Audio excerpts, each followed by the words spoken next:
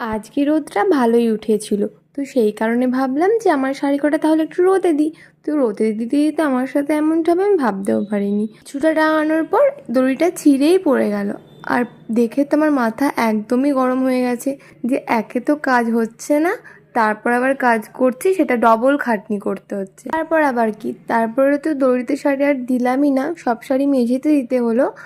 আর মাও এসেছিলো, আর তোমার দাদাভাই আর একটা ভালো বাঁশ নিয়ে এসেছিলো দড়িটা টাঙিয়ে দেওয়ার জন্য।